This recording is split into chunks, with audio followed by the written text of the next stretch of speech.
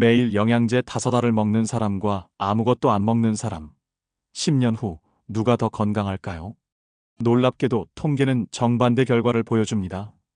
영양제를 많이 먹는 사람일수록 만성질환 발생률이 더 높았어요. 이게 대체 무슨 일일까요?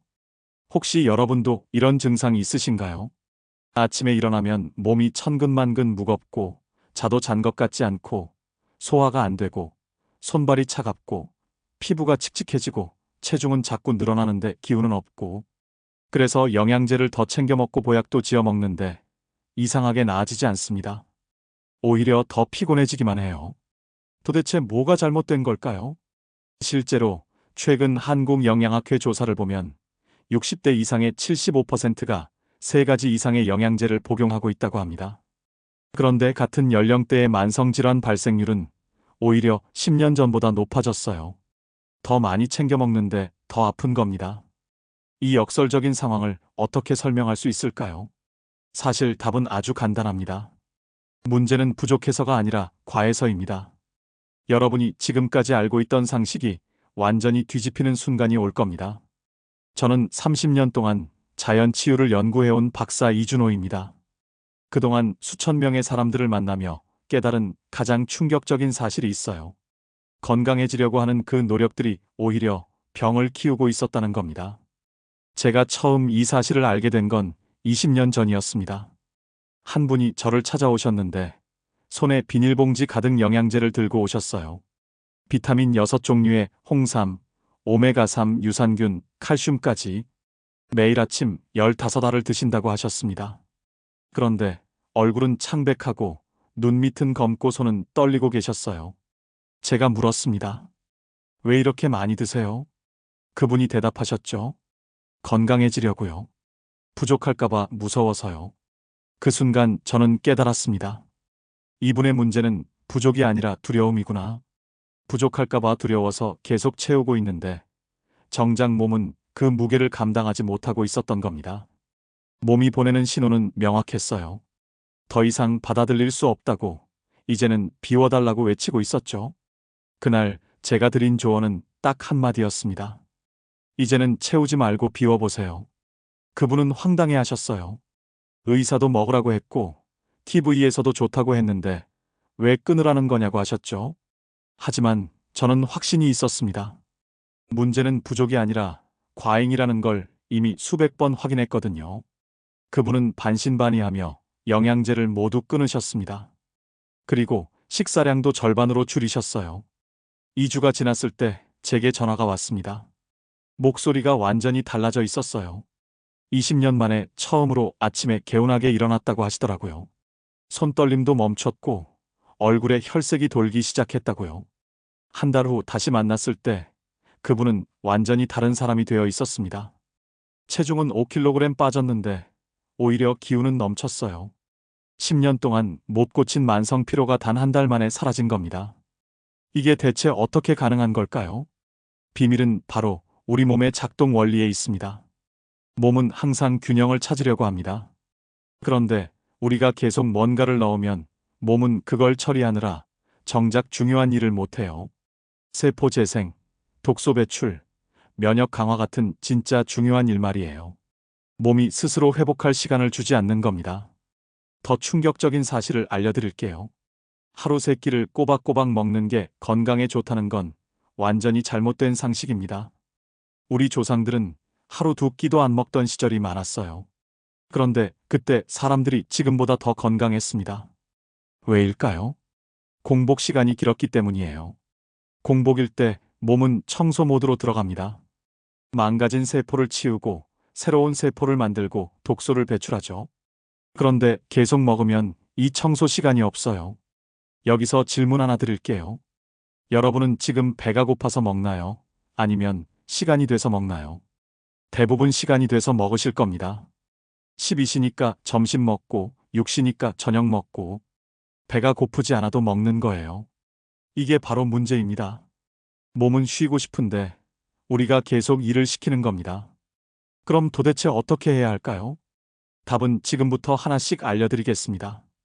끝까지 보시면 여러분의 건강관리 방식이 180도 바뀔 겁니다. 오늘 이 영상 하나로 지난 수십 년의 잘못된 습관을 바로잡을 수 있어요. 단 5분만 더 집중해 주세요. 지금부터가 진짜 중요한 내용입니다. 실제로 이런 변화를 경험한 분의 이야기를 들려드리겠습니다. 김정자 72세님은 제가 만난 분 중에서도 정말 성실하게 건강을 챙기신 분이에요.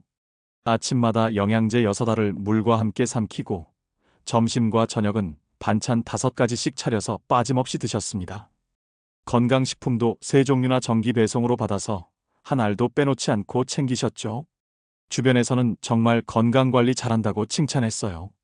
그런데 정작 김정자님 몸은 정반대로 가고 있었습니다. 아침마다 일어나기가 힘들고 온몸이 무거웠어요. 낮에는 계속 졸리고 밤에는 잠이 안 왔습니다. 손발은 여름인데도 차갑고 소화도 점점 안 됐죠. 병원에 가서 검사를 받았는데 특별한 이상은 없다고 했어요. 그냥 나이 때문이라고, 그러니까 영양제나 더 잘 챙겨 먹으라고 했습니다. 김정자님은 그 말을 믿고 영양제를 한 종류 더 추가했어요. 그랬더니 증상이 더 심해졌습니다. 머리가 무겁고 소화는 더 안 되고 체중은 자꾸만 늘었어요. 무릎도 아프기 시작했고 계단 오르기가 힘들어졌습니다. 그때 지인 소개로 저를 찾아오셨습니다. 처음 만났을 때 김정자님 얼굴은 창백했고 눈빛에 생기가 없었어요. 말씀하시는 것도 힘들어 보이셨죠? 제가 물었습니다. 하루에 뭘 얼마나 드세요? 김정자님이 자세히 말씀해 주셨는데 듣고 보니 정말 놀라웠어요. 아침 영양제 6알에 아침 식사, 점심 식사, 오후 간식, 저녁 식사, 자기 전 건강식품. 아침 7시부터 밤 10시까지 거의 3시간마다 뭔가를 드시고 계셨어요. 몸이 쉴 시간이 전혀 없었던 겁니다. 소화기관은 하루 종일 일만 하고 있었고 간은 쉴 새 없이 해독 작업을 하고 있었던 거죠. 그때 제가 드린 조언이 김정자님에게는 정말 충격이었을 겁니다. 이제는 채우지 말고 비워보세요. 영양제도 끊으시고 식사량도 절반으로 줄이세요. 저녁은 가볍게만 드시고 밤에는 아무것도 드시지 마세요. 김정자님은 정말 황당해 하셨어요. 그렇게 열심히 챙겨 먹었는데 오히려 줄이라니 이해가 안 가셨던 거죠. 부족할까봐 그렇게 챙겨 먹었는데 말이에요. 하지만 김정자님은 용기를 내셨습니다. 일주일만 해보겠다고 하셨어요. 그날부터 영양제를 모두 끊고 아침엔 따뜻한 물 한 잔과 생채소만 드셨습니다. 점심은 평소대로 드시되 밥을 반 공기만 드셨어요. 저녁은 채소 위주로 아주 가볍게 드시고 밤 8시 이후엔 물 외에 아무것도 안 드셨죠. 첫 이틀은 정말 힘들었다고 하셨어요. 배고프고 불안하고 괜히 일어나 싶었대요. 그런데 사흘째 되는 날 아침 신기한 일이 일어났습니다. 20년 만에 처음으로 알람 없이 자연스럽게 눈이 떠졌대요. 몸이 가볍고 머리가 맑았습니다. 일주일이 지나자 손발이 따뜻해지기 시작했고 소화도 편해졌어요. 무릎 통증도 조금씩 줄어들었습니다. 3주가 지났을 때 김정자님을 다시 만났는데 제가 깜짝 놀랐습니다. 얼굴에 혈색이 완전히 돌아오고 눈빛이 살아났어요. 목소리도 힘이 생기고 걸음걸이도 가벼워졌죠. 체중은 3kg 빠졌는데 오히려 근력은 좋아졌다고 하셨어요. 김정자님은 신기하다고 하셨어요. 아무것도 안 먹는데 오히려 기운이 난다고, 이게 말이 되냐고 물으셨습니다. 하지만 이게 바로 우리 몸의 진짜 모습입니다. 오늘 이 영상에서 말씀드릴 내용은 여러분의 건강관리 방식을 완전히 바꿀 수 있는 정말 중요한 지혜입니다. 이 이야기를 끝까지 듣고 실천하셔야만 진정한 변화를 경험할 수 있어요. 끝까지 보지 않으시면 가장 중요한 실천법을 놓치게 됩니다. 마지막에 나올 단 하나의 습관이 모든 것을 바꿀 수 있거든요. 혹시 아직 구독과 좋아요를 누르지 않으셨다면 지금 바로 눌러주세요. 이 채널은 여러분의 건강한 노년을 진심으로 응원합니다. 이런 중요한 정보를 더 많은 분들이 알 수 있도록 구독과 좋아요로 힘을 보태주세요. 끝까지 보시면 왜 지금 당장 습관을 비워야 하는지, 어떻게 비워야 하는지 명확하게 알게 되실 겁니다. 김정자님처럼 여러분도 충분히 변할 수 있습니다. 이렇게 작은 변화만으로도 우리 몸은 놀라울 정도로 달라져요. 여러분의 식습관을 바꾸는 작은 실천만으로도 충분히 일어날 수 있는 일이죠. 그래서 이제는 우리 몸이 스스로 회복하는 자연 치유의 4가지 핵심 원칙을 하나씩 구체적으로 짚어보겠습니다. 매일 먹는 음식이 여러분 몸의 회복 속도를 좌우한다는 사실 알고 계셨나요? 사실 많은 분들이 음식을 많이 먹어야 기운이 난다고 생각하십니다. 하지만 실제로는 정반대예요. 과잉 섭취와 정제 식품이 가장 큰 해독 방해 요소가 됩니다. 하버드 의대에서 진행한 연구 결과를 보면 정말 놀라워요. 식사량을 단 20%만 줄이는 것만으로도 몸속 염증 지표가 35%나 감소했다고 합니다. 20%라고 하면 밥 한 공기를 조금 덜 먹는 정도인데 그것만으로도 이런 변화가 생기는 겁니다. 특히 주목할 점은 염증 감소가 전신에 걸쳐 일어난다는 겁니다. 관절 통증이 줄어들고 혈관이 깨끗해지고 간 기능이 좋아져요. 심지어 뇌의 염증까지 줄어들어서 기억력이 개선되는 경우도 많았습니다. 단순히 양을 줄이는 것만으로도 이렇게 많은 변화가 생기는 거예요. 제가 만난 박영수 68세 님도 비슷한 경험을 하셨어요. 이분은 당뇨 수치가 계속 높아서 고민이 많으셨습니다. 약을 먹어도 혈당이 잘 안 떨어지더라고요. 아침 공복 혈당이 150을 넘나들었고 식후 혈당은 200이 넘을 때도 있었어요. 그래서 제가 권해드린 건 식사량을 조금 줄이고 기름을 바꿔보시라는 거였어요. 박영수님은 그날부터 밥을 반 공기만 드시고 요리할 때 사용하던 카놀라유 대신 들기름으로 바꾸셨습니다. 그랬더니 석 달 만에 혈당이 정상 범위로 돌아왔어요. 공복 혈당은 100 이하로 떨어지고 식후 혈당도 안정됐습니다. 약도 절반으로 줄일 수 있었어요. 여러분께 꼭 드리고 싶은 실천 방법이 있습니다. 식사를 하실 때 밥보다 생채소를 먼저 드세요. 그리고 기름은 들기름이나 참기름, 엑스트라 버진 올리브유만 사용하시면 됩니다. 여기서 주의하실 점이 있어요. 튀김용 기름, 특히 카놀라유나 콩기름은 고온에서 조리하면 독성 물질이 생깁니다. 이런 기름들은 가격이 저렴해서 많이 쓰시는데 건강에는 정말 좋지 않아요. 여러분은 지금 어떤 기름을 주로 사용하고 계신가요? 지속적인 불안과 억눌린 감정은 면역세포의 소통을 완전히 끊어버립니다. 스트레스가 몸에 나쁘다는 건 누구나 알지만 정확히 어떻게 나쁜지는 잘 모르시죠? 한국면역학회 보고서를 보면 정말 흥미로운 내용이 나옵니다. 긍정적인 감정을 자주 표현하는 사람은 면역력 수치가 40%나 높았다고 해요. 감정을 잘 표현하는 것만으로도 면역력이 이렇게 달라지는 겁니다. 감정을 억누르면 어떻게 될까요? 코르티솔이라는 스트레스 호르몬이 계속 분비됩니다. 이 호르몬은 단기적으로는 도움이 되지만 장기적으로는 독이 돼요. 혈압을 올리고 혈당을 불안정하게 만들고 면역세포를 약화시킵니다. 소화도 방해하고 잠도 못 자게 만들죠. 윤미화 65세님은 오랫동안 가족 간 갈등 때문에 힘들어 하셨어요. 며느리와의 관계가 좋지 않았고 그 스트레스를 혼자 사귀며 지내셨죠. 그러다 보니 만성 두통이 생겼고 약을 먹어도 잘 낫지 않았습니다. 어느 날 윤미화님이 용기를 내서 며느리와 진솔한 대화를 나누셨어요. 서로의 마음을 솔직하게 이야기하고 이해하려고 노력하셨죠. 그 이후로 신기하게도 두통이 사라졌습니다. 약을 먹지 않아도 머리가 맑아진 거예요. 밤에도 잘 주무실 수 있게 됐고 얼굴 표정도 부드러워졌습니다. 매일 10분만 시간을 내서 감사한 일을 떠올리고 깊게 호흡해 보세요. 이게 정말 중요합니다. 단 여기서 주의할 점은 억지로 긍정하려고 하지 말라는 겁니다. 힘든 감정을 억누르면 오히려 독이 돼요. 감정을 인정하는 게 먼저입니다. 슬프면 슬프다고, 화나면 화난다고 인정하고 표현하는 게 치유의 시작이에요. 요즘 여러분 마음의 체온은 어떠신가요? 너무 차갑진 않나요? 수면과 운동, 호흡, 자세는 면역력을 결정하는 가장 기초적인 요소입니다. 이게 무너지면 아무리 좋은 음식을 먹어도 소용이 없어요. 국내 한 장수촌을 조사한 결과가 있는데 정말 인상적이었습니다. 그곳 사람들의 공통점이 뭔지 아세요?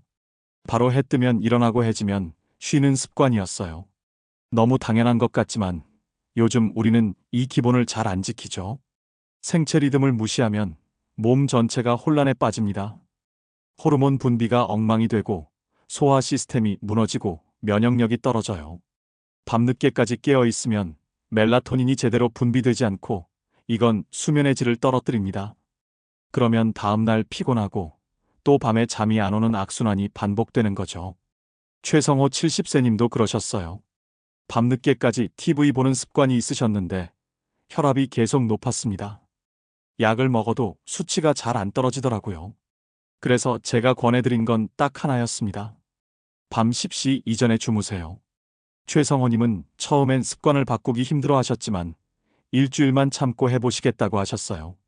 그런데 일주일이 지나자 몸이 달라진 걸 느끼셨대요. 아침에 일어나는 게 가볍고 혈압도 조금씩 안정되기 시작했습니다. 한 달 후엔 약을 절반으로 줄일 수 있었어요. 실천 방법은 정말 간단합니다. 밤 10시 이전에 주무시고 아침에 일어나면 햇빛을 10분 정도 쬐세요. 그리고 하루 종일 천천히 코로 숨 쉬는 연습을 하시면 됩니다. 여기서 주의하실 점이 있어요. 갑작스러운 운동이나 단식은 오히려 몸에 스트레스가 됩니다. 천천히 몸의 리듬에 맞춰서 하나씩 바꿔가는 게 중요해요. 여러분의 하루 리듬은 자연의 시계와 얼마나 맞춰져 있나요? 몸이 차가워지면 혈액순환이 막히고 노폐물이 쌓입니다. 이게 정말 무서운 겁니다. 일본 보건연구소에서 발표한 자료를 보면 체온이 단 1도만 떨어져도 면역력이 30%나 감소한다고 해요. 1도가 이렇게 큰 차이를 만드는 겁니다. 그래서 몸을 따뜻하게 유지하는 게 정말 중요합니다. 체온이 떨어지면 효소 활동이 둔화됩니다. 우리 몸의 모든 화학 반응은 효소가 담당하는데 이게 제대로 작동하지 않으면 소화도 안 되고 해독도 안 되고 에너지도 만들어지지 않아요. 그래서 차가운 몸으로는 아무리 좋은 음식을 먹어도 소용이 없는 겁니다. 정은자 74세님은 오랫동안 손발 냉증으로 고생하셨어요. 여름에도 양말을 신고 주무실 정도였죠. 그래서 제가 권해드린 게 매일 조격 20분이었습니다. 처음엔 귀찮아 하셨지만 일주일만 해보시겠다고 하셨어요. 그런데 신기하게도 일주일 후부터 발이 따뜻해지기 시작했고 한 달 후엔 양말 없이도 잘 수 있게 되셨어요. 지금은 매일 족욕을 빠뜨리지 않고 하신다고 합니다. 소화도 좋아지고 변비도 해결됐다고 하시더라고요. 아침 저녁으로 따뜻한 물 한 잔씩 드시고 하루에 한 번은 반신욕으로 몸을 덮여보세요. 이것만으로도 체온이 올라갑니다. 주의하실 점은 찬물 샤워나 에어컨 바람을 직접 쐬는 건 자율신경을 불안정하게 만든다는 겁니다. 특히 여름에 시원하다고 찬물로 샤워하시는 분들 많으신데 그러면 오히려 몸속 깊은 곳이 차가워져요. 오늘 여러분의 발끝은 따뜻한가요? 아니면 차가운가요? 이제 이렇게 몸의 기본 4가지를 회복했다면 다음 단계로 우리 몸을 맑게 해주는 자연치유 실천법을 구체적으로 살펴보겠습니다. 기상 직후에 마시는 물 한 잔이 밤새 쌓인 노폐물을 깨운다는 사실 알고 계셨나요? 우리 몸은 자는 동안에도 계속 일을 합니다. 세포를 복구하고 독소를 모으고 배출 준비를 하죠. 그래서 아침에 일어나자마자 물을 마시면 그 과정이 훨씬 수월해집니다. 물이 위장을 지나가면서 장운동을 촉진하고 신장도 깨어나서 노폐물 배출 준비를 시작해요. 이때 물의 온도가 정말 중요합니다. 찬물은 위장을 놀라게 하고 소화 효소를 불활성화시킵니다. 체온과 비슷한 미온수로 드셔야 해요. 37도 정도 되는 물이 가장 좋습니다. 기상 후 5분 안에 물 한 잔을 드시는 습관을 들이시면 하루가 달라집니다. 여러분은 아침에 어떤 물로 하루를 시작하시나요? 첫 끼를 무엇으로 드시는지가 하루 컨디션을 좌우합니다. 생채소에 들어있는 식이섬유는 장내 독소를 흡착해서 배출을 도와줘요. 그런데 많은 분들이 아침에 빵이나 면을 드십니다. 공복에 빵이나 면, 과자를 먹으면 혈당이 급상승하면서 몸이 긴장 상태에 들어가요. 그러면 하루 종일 피곤하고 집중력도 떨어집니다. 실천 방법은 간단합니다. 생채소를 먼저 드시고 그 다음에 단백질, 마지막으로 밥을 드시면 됩니다. 이 순서만 지켜도 혈당이 안정되고 소화도 훨씬 편해져요. 생채소가 위벽을 먼저 코팅해주면서 이후에 들어오는 음식의 흡수 속도를 조절하거든요. 오늘 점심은 무엇을 먼저 드셨나요? 공복 시간이 세포 재생을 촉진하는 자가포식 작용을 유도한다는 연구 결과가 있습니다. 자가포식이란 세포가 스스로를 청소하는 과정인데 이게 정말 중요해요. 오래된 세포나 망가진 단백질을 분해해서 새로운 에너지로 만드는 겁니다. 그런데 이 과정은 공복일 때만 활발하게 일어나요. 하루 종일 뭔가를 계속 먹으면 이 청소 시간이 없는 거죠. 특히 노년기에는 이 자가포식 작용이 더욱 중요합니다. 나이가 들수록 세포 재생 능력이 떨어지는데 공복을 통해 이걸 촉진할 수 있거든요. 여기서 주의하실 점은 무리한 단식은 금물이라는 겁니다. 몸의 신호를 기준으로 하셔야 해요. 제가 권하는 방법은 16대 8 방식입니다. 낮 12시부터 저녁 8시까지만 음식을 드시고 나머지 16시간은 공복을 유지하는 거예요. 처음엔 힘들 수 있지만 일주일만 해보시면 몸이 적응합니다. 여러분은 마지막 식사를 몇 시에 하시나요? 요리할 때 사용하는 기름이 염증을 줄이는 첫걸음이라는 걸 아시나요? 들기름과 올리브유, 참기름은 항염 작용이 정말 뛰어납니다. 특히 들기름에 들어있는 오메가3 지방산은 몸속 염증을 직접적으로 줄여줘요. 그런데 많은 분들이 카놀라유나 콩기름을 쓰시는데 이 기름들은 고온에서 산화됩니다. 산화된 기름은 몸속에서 독소로 작용해요. 실천 방법은 아주 간단합니다. 기름은 생으로 섭취하시거나 저온 조리로만 활용하세요. 샐러드에 들기름을 뿌려 드시거나 나물 무칠 때 참기름을 넣으시면 됩니다. 볶음 요리를 하실 때도 가능하면 약한 불에서 천천히 조리하세요. 지금 주방에 있는 기름은 어떤 종류인가요? 감정이 평화로울 때 자율신경이 안정됩니다. 자율신경은 우리가 의식하지 않아도 심장 박동이나 호흡, 소화를 조절하는 신경인데 이게 불안정하면 모든 게 무너져요. 감정을 억누르기보다 나누는 게 중요합니다. 혼자 사귀면 독이 되지만 누군가와 나누면 치유가 돼요. 하루에 한 번 자신에게 오늘도 잘 버텼다고 말해보세요. 거울을 보고 자기 자신을 다독이는 거예요. 처음엔 어색할 수 있지만 계속하다 보면 마음이 정말 편해집니다. 스스로에게 따뜻한 말을 건네는 게 얼마나 중요한지 모르실 겁니다. 오늘 여러분 마음은 따뜻한가요? 이렇게 일상 속 작은 실천을 반복하다 보면 몸은 스스로 회복의 길을 찾습니다. 억지로 무언가를 하려고 하지 마시고 자연스럽게 하나씩 바꿔가시면 돼요. 이제 마지막으로 오늘 내용 전체를 정리해 드리겠습니다. 오늘 이야기의 핵심은 정말 간단합니다. 건강은 채우는 것이 아니라 비우는 것에서 시작된다는 겁니다. 그동안 우리는 잘못된 상식에 따라 살아왔어요. 더 먹어야 회복된다. 영양제를 많이 먹어야 건강해진다. 하루 3끼를 꼬박꼬박 챙겨야 한다. 이런 것들이 전부 잘못된 상식이었습니다. 올바른 관리법은 정반대예요. 덜 먹고 자연의 리듬을 따르는 겁니다. 잘못 관리했을 때 어떻게 될까요? 계속 채우기만 하면 몸은 점점 무거워집니다. 피로가 쌓이고 염증이 생기고 면역력이 떨어져요. 혈당도 불안정해지고 혈압도 올라갑니다. 소화는 안 되고 잠은 안 오고 손발은 차가워지고 피부는 칙칙해집니다. 결국엔 약에 의존하게 되고 몸은 스스로 회복하는 능력을 잃어버리게 되죠. 제대로 관리했을 때는 완전히 다릅니다. 비워내면 몸은 스스로 치유합니다. 그 결과는 정말 분명해요. 숙면이 가능해지고 부종이 사라집니다. 피부가 맑아지고 수치가 안정돼요. 약을 줄일 수 있고 아침에 일어나는 게 가벼워집니다. 무릎 통증도 줄어들고 머리도 맑아지고 기분도 좋아져요. 오늘 당장 실천할 수 있는 건 단 하나입니다. 아침에 따뜻한 물 한 잔, 점심엔 생채소 한 접시예요. 이것만 해도 충분합니다. 거창한 계획은 필요 없어요. 작은 것부터 시작하시면 됩니다. 내일 아침 일어나자마자 따뜻한 물 한 잔부터 마셔보세요. 그리고 점심 식사 전에 생채소 몇 조각을 드셔보세요. 이렇게 작은 실천이 모여서 큰 변화를 만듭니다. 저는 30년 동안 수천 명의 사람들이 이렇게 변화하는 걸 봤습니다. 약을 끊고 병원을 멀리하고 건강하게 살아가시는 모습을 봤어요. 여러분도 할 수 있습니다. 나이는 중요하지 않아요. 70대든 80대든 몸은 여전히 회복할 수 있는 능력을 가지고 있습니다. 다음 영상에서는 몸속 독소 5단계와 되돌리는 방법을 자세히 다뤄보겠습니다. 우리 몸에 독소가 어떤 단계로 쌓이는지, 각 단계마다 어떤 증상이 나타나는지, 그리고 어떻게 되돌릴 수 있는지 구체적으로 알려드릴게요. 정말 중요한 내용이니까 꼭 다음 영상도 봐주세요. 여러분 생각은 어떠신가요?